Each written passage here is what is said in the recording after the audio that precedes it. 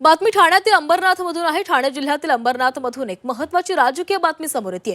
अंबरनाथ नगर परिषदेमध्ये शिवसेना शिंदे गटाला भाजपने धक्का दिलेला आहे। शिवसेनेला बाजूला ठेवत भाजप आणि काँग्रेस अंबरनाथ नगर परिषदेमध्ये एकत्र आल्यानं खळबळ उडाली आहे। काँग्रेसच्या जोरावर भाजप अंबरनाथ परिषदेमध्ये बहुमतात येणार आहे, तर यावर शिवसेनेने देखील प्रत्युत्तर दिले।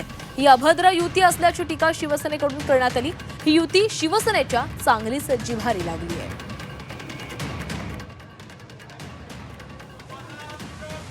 किसनरावजी कथोरे साहेब आणि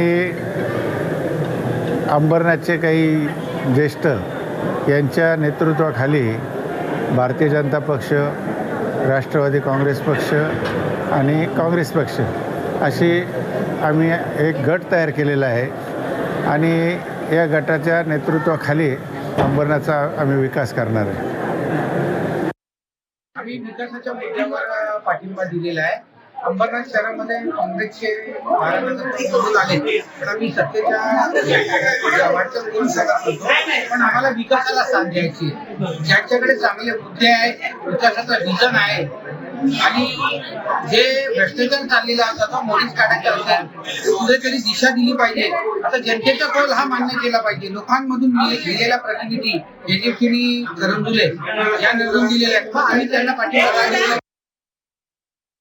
भाजप शिवसेना नगरपालिका आणि नगर परिषदामध्ये मैत्रीपूर्ण लढल्या, कोणावरती टीका टिप्पणी न करता निवडणुका झाल्या आणि त्यामध्ये सर्वात जास्त भाजप आणि शिवसेनेचे नगरसेवक आणि नगराध्यक्ष या ठिकाणी निवडून आले। नंतर सर्वच ठिकाणी भाजप आणि शिवसेनेची पारंपरिक युती होऊन त्या ठिकाणी सत्ता स्थापन झाली, परंतु शिवसेने अंबरनाथमध्येच फक्त जे भाजपचा काँग्रेस मुक्त भारत जो नारा आहे त्याला कुठेतरी छेद देण्याचं काम या ठिकाणी भाजपच्या स्थानिक नेत्यांनी काँग्रेस बरोबर युती करून एक अभद्र युती स्थापन करून येणाऱ्या जे 15 तारखेला महानगरपालिकेचे जे इलेक्शन आहे त्या इलेक्शन मध्ये एक चुकीचा संदेश दिला का काय असं आम्हाला या ठिकाणी वाटते।